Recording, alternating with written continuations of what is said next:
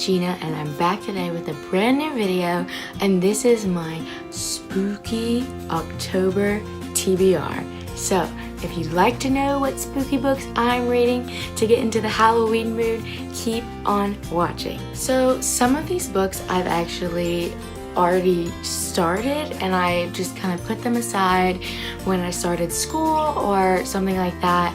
And so I know a little bit about what's happened in like the beginning of some of the books, but I think there's two of them that I have not read. At all. I think I'd rather know like nothing about them because I want to be surprised when I read them. So let's just jump right into it.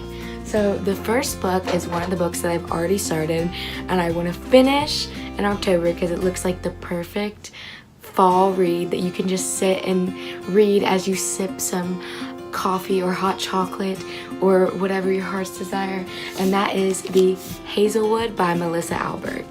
And this book, look at the cover, it's so fall already, like with the gold accents. I love that.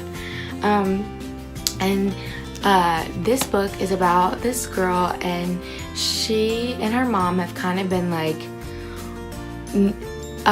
running like their whole lives. They've never stayed in one place. They've just been moving, and her mom just got married, so they're living in New York.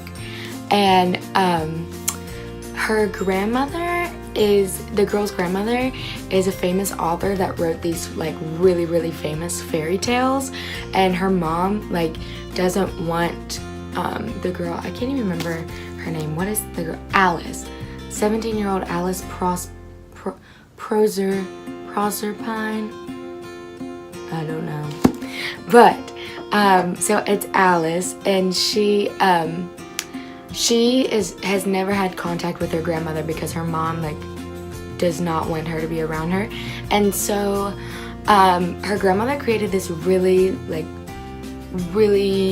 popular fantasy world with these fairy tales, and I think something about like characters from that world, like, I don't know, you pick up what I'm throwing down? Okay, moving on.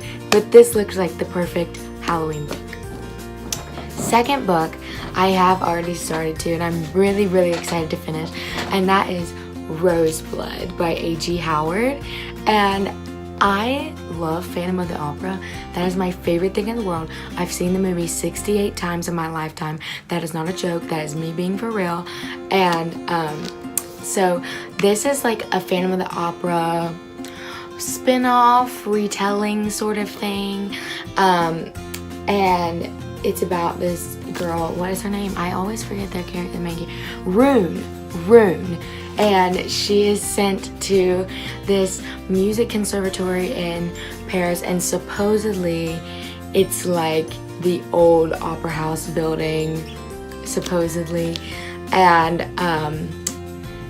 there's like, she has this condition when she sings, she like gets really ill and like faints and stuff, so she's going here to like heal, but spooky things happen, and maybe someone that's sort of like related to the Phantom, we don't know, like pops up, and then voila, some stuff goes down, looks spooky, looks Halloweeny. Yes, here we go, moving on. Okay, the third book I've also started that I didn't get to finish, and this one I'm pumped.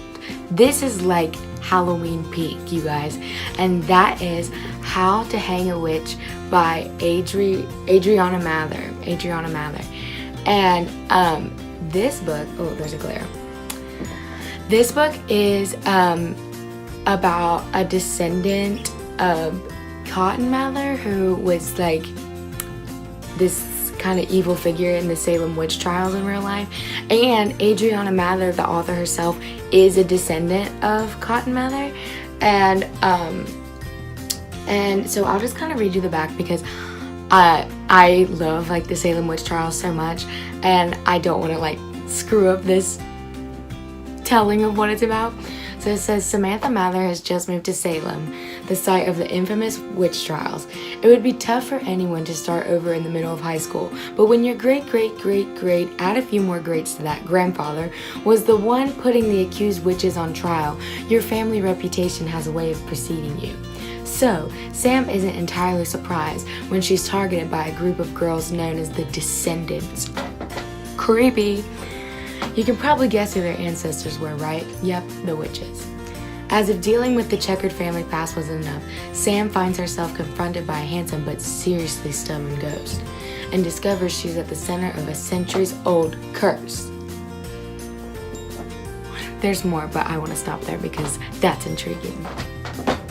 Okay. Then the fourth book I have is The Cheerleaders by Kara Thomas, and I know nothing about this book. I know it's a thriller, there's murder involved, somebody's like killing people, it looks real creepy, really intense. It's like a mystery thriller, a YA mystery thriller, so I'm super excited to be reading this. And then last, but definitely not least, is the epitome of Halloween, and that is Hocus Pocus. And it is the retelling and the all-new sequel, and it says witch please. Oh, this is everything. This is everything, and I have not even opened it yet. I actually think I want to read this on Halloween because Hocus Pocus is my life, one of my all-time favorite movies. It's everything to me. So I think I might read this on Halloween. Ooh, that would just, that would be everything. So it's like the first part I know is like a retelling of Hocus Pocus. It's the same story, and then they have a sequel that's the second half of the book, and it's brand new, never heard of it. It's completely fresh and new based off of the first Hocus Pocus. So this should be amazing. This should get me in the Halloween spirit, mood, everything. So, and those are all the books that I have today. So if you like this video, if you want to read some of the books that I talked about, please do. We can read them together. Love that. And if you liked it, subscribe, comment, like, whatever, and I will see you ghosts and ghouls later.